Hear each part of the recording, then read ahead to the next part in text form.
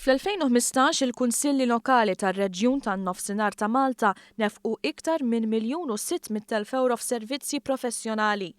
Iżda peress li n-natura ta' ħafna minn dawn is-servizzi huma simili għal xulxin, dawn jistgħu jkunu ċentralizzati f'livell ta' reġjun u bekk jittaffu l-ispejjeż fuq kunsilli lokali mingħajr ma tonqos il-kwalità tas-servizz mogħti liċ-ċittadin. Fil-fatt l-isfida finanzjarja tal-kunsilli lokali kienet waħda mill-prijoritajiet diskussi waqt il-laqgħa ġenerali annwali tar-Reġjun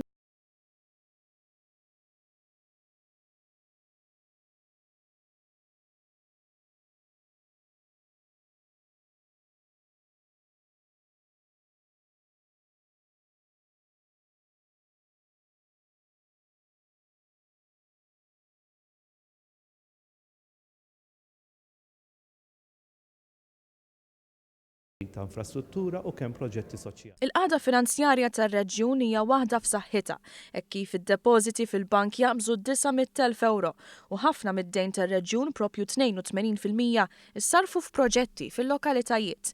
Bejniethom l-14 il-Kunsill Lokali li jagħmel parti mir-Reġjun wettqu xogħlijiet li jvarjaw minn tisbieħ ta' żoni, qalbli tad-dawl fit-toroq, family park u picnic area.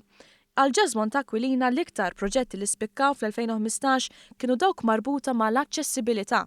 Tajna wkoll skema lil kunsill lokali ta' €50,000 biex dawn jintużaw biex jiġu irranġati postijiet favur persuni b'diżabilità. Naħseb kienet waħda mill-inizjattivi tajbin li ħadna barra inizjattivi oħrajn bħal pereżempju li tajna wkoll 50,000 oħra biex jistgħu jiġu rranġati t-tabelli u s-sinjali ta' traffiku li hemm fil-lokalitajiet. Is-Segretarju Parlamentari għall-Gvern Lokali Stefan Bontempo saħaq li l-Kumitati Reġjonali għandhom ikunu punt ta' referenza għal kunsilli lokali biex jitnaqqsu l-ispejjeż li jintużaw għal proġetti soċjali u infrastrutturali tar-reġjuni.